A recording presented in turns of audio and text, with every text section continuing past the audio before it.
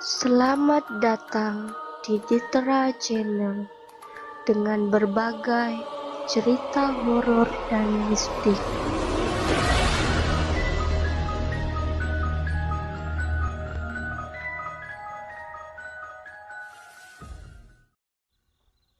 Driver ojol yang terjebak di alam gaib.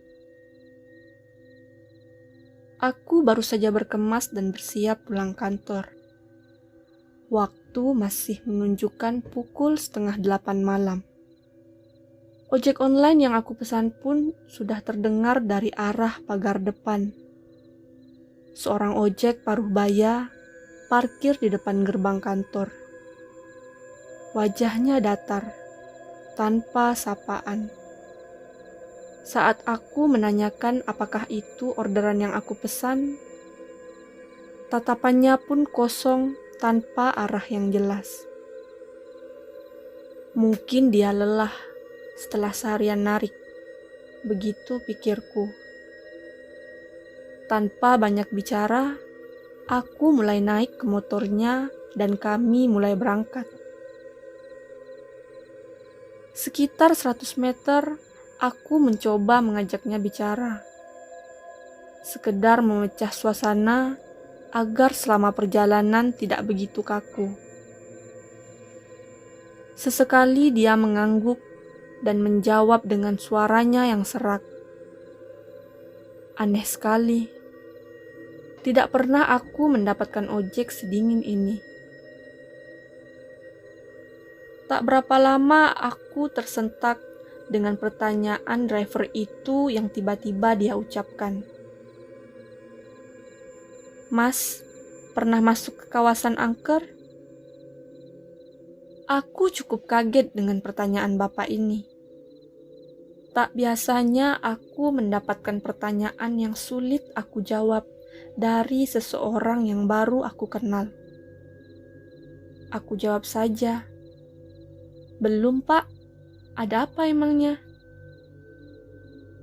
Bapak itu memperlambat laju motornya. Dia mulai menceritakan maksud dari pertanyaan itu. Dan sungguh tidak pernah kusangka masih ada orang yang mengalami hal ini. 3 hari yang lalu sekitar pukul 11.35, Pak Agus, nama driver itu, sudah bersiap untuk pulang. Menarik ojek seharian hingga malam cukup melelahkan dan menguras banyak tenaga. Dia hanya ingin pulang dan menghitung hasil ngojeknya hari itu. Namun, karena lupa mematikan aplikasi, sebuah orderan pun masuk dari seorang anak muda yang berada tak jauh dari tempat Pak Agus berhenti. Dilema. Jika orderan itu di-cancel, maka performa Pak Agus akan jelek. Namun jika orderan itu diambil, malam sudah mulai larut dan tujuan dari orderan itu pun cukup jauh. Sekitar 10 kilometeran. Setelah berpikir beberapa saat, Pak Agus memutuskan mengambil orderan itu dan menjemput pemuda tadi. "Pak, kita lewat sini aja ya, dan belok kiri, biar lebih cepat." "Tapi Mas, itu jalan Karya Timur. Apa nggak sebaiknya lewat jalan utama aja?" "Nggak apa-apa, Pak. Lewat situ aja. Lebih cepat." Karya Timur adalah lokasi pergudangan di Kota Malang. Tempatnya tepat di sebelah rel kereta api. Banyak gudang-gudang dari pabrik-pabrik di sekitar Malang berjajar di sini. Suasananya sepi, hanya beberapa lampu remang-remang di sudut-sudut gudang. Tidak banyak kendaraan yang lewat jalan itu. Hanya bangkai-bangkai angkot yang dibiarkan berjajar tanpa tahu bagaimana nasibnya. Genangan air terlihat memenuhi sudut-sudut jalan. Malang baru saja diguyur hujan sore itu dan menyisakan malam yang dingin yang menusuk. Perlahan Pak Agus dan penumpangnya memasuki jalan itu dan menyusuri jalan sepi dan dingin. Awalnya tak ada yang ganjil yang dia rasakan. Namun tiba-tiba hawa sangat dingin masuk menusuk kulitnya dari sela-sela jaket yang ia pakai. Dingin, dingin sekali. Lebih dingin dari hawa yang dia rasakan sebelum masuk ke tempat itu. Pak Agus hanya bisa diam. Dia merasakan hal yang tidak biasa.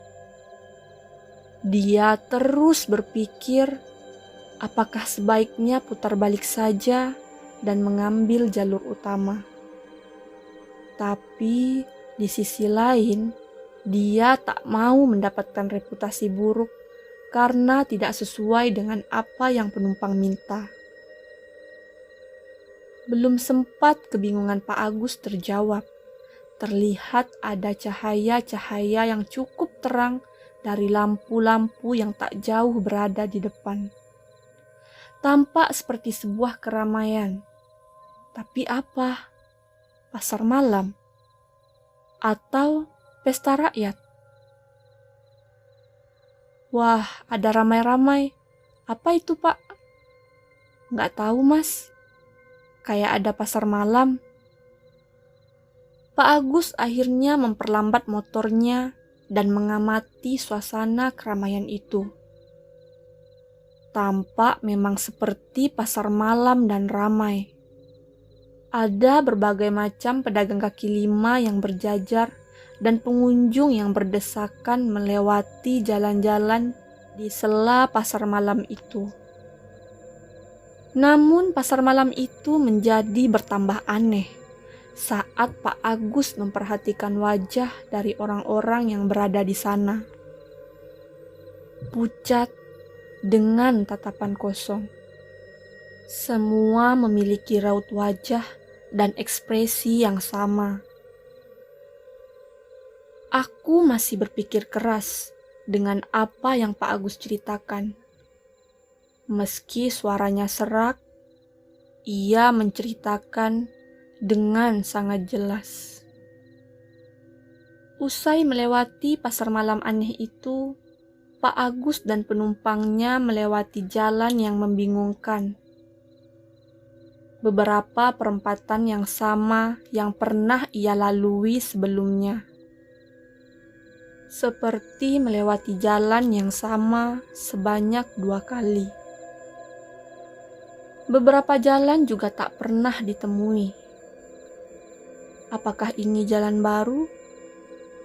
Pak Agus tak berpikir sejauh itu. Dia terus memacu motornya ke arah tempat yang dituju. Tapi semakin jauh perjalanan, Pak Agus merasa tak pernah meninggalkan tempat itu. Tetap berada di antara gedung-gedung gudang yang berbaris rapi di kiri dan kanan. Maaf, Mas. Mas beneran tahu jalannya nggak ya? Saya tahu, Pak. Tapi kenapa berubah ya? Berubah bagaimana ya? Saya nggak yakin, Pak. Tapi setahu saya tidak ada jalan yang mengarah masuk ke sana. Tapi kenapa ada jalan ya? Kemudian Pak Agus berusaha untuk mencari jalan keluar. Tapi lagi-lagi mereka kembali ke tempat-tempat yang pernah mereka lalui. Seakan-akan mereka berada di dalam sebuah mes raksasa dan tak pernah bisa keluar. Semakin kita pergi jauh, maka akan semakin mendekat dan tidak bisa keluar. Demikian juga dengan Pak Agus dan penumpangnya. Merasa ada yang tidak beres, Pak Agus mengerti akan kondisi ini dan berusaha untuk tetap tenang. dan meminta penumpangnya untuk tetap tenang. Mas, sepertinya kita sedang di dalam wilayah yang gak wajar. Maksudnya, Pak? Gak tahu ya, Mas. Saya merasa udah melewati perempatan ini 7 kali. Iya, Pak. Saya juga merasa demikian. Ya udah, bantu saya baca-baca surah pendek ya, Mas. Saya akan tetap fokus mencari jalan. Si penumpang hanya mengangguk dan mengikuti apa yang Pak Agus minta. Pak Agus sendiri tetap tenang dan berusaha mencari jalan keluar dari tempat yang penuh tanda tanya itu. Beberapa menit kemudian, Pak Agus melihat ujung jalan mengarah ke jalan utama.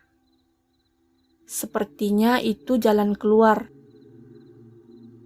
Apa yang dilakukan membuahkan hasil. Sedikit lagi, mereka akan keluar dari tempat yang tak berujung itu.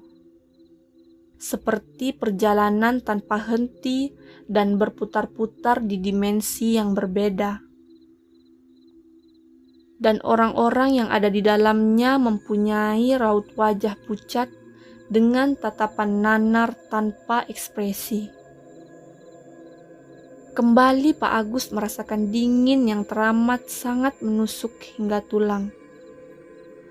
Sangat dingin, menembus pori-pori jaket. Sama seperti pertama dia masuk ke jalan itu tadi. Apakah ini tanda mereka akan keluar dari dimensi itu? Sesaat motor yang mereka naiki memasuki jalan utama, mereka kembali ke alam nyata. Dengan keringat dingin bercucuran, mereka memastikan lagi, apakah benar semua sudah menjadi normal? Tidak ada lagi orang bertampang pucat tanpa ekspresi. Benar, semua sudah normal. Sepertinya kita udah keluar, Mas. Memang tadi itu apa, Pak? Saya nggak tahu.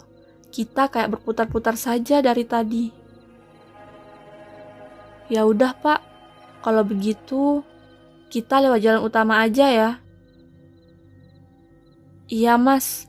Tapi kenapa, Pak? Pak Agus sangat terkejut melihat kenyataan bahwa sebenarnya mereka hanya kembali ke posisi awal penjemputan dan tak pernah jauh dari tempat itu. Jalan yang baru mereka lewati tadi hanyalah seonggok tanah kosong yang mengarah ke gedung tua terbengkalai. Dan yang lebih mengejutkan, waktu sudah menunjukkan jam 3 pagi. 3 jam lebih mereka tersesat. Sepertinya tidak. Mereka sudah melewati dimensi, ruang, dan waktu. Pak Agus hanya merasakan beberapa menit tersesat, tapi sebenarnya sudah beberapa jam di alam nyata. Motor Pak Agus sudah merapat di depan rumahku. Cerita yang sangat seru yang aku dengarkan dari mulutnya, masih dengan tatapan datar, tanpa ekspresi. Setelah aku bayar dan mengucapkan terima kasih, dia pun pergi di antara kabut malam itu. Baiklah, itu tadi akhir dari cerita driver ojol yang tersesat di alam gaib. Apakah dari kalian pernah mengalami hal serupa? Silahkan tinggalkan di kolom komentar ya. Terima kasih sudah mendengarkan video ini. Selamat malam dan sampai jumpa di video berikutnya. See you!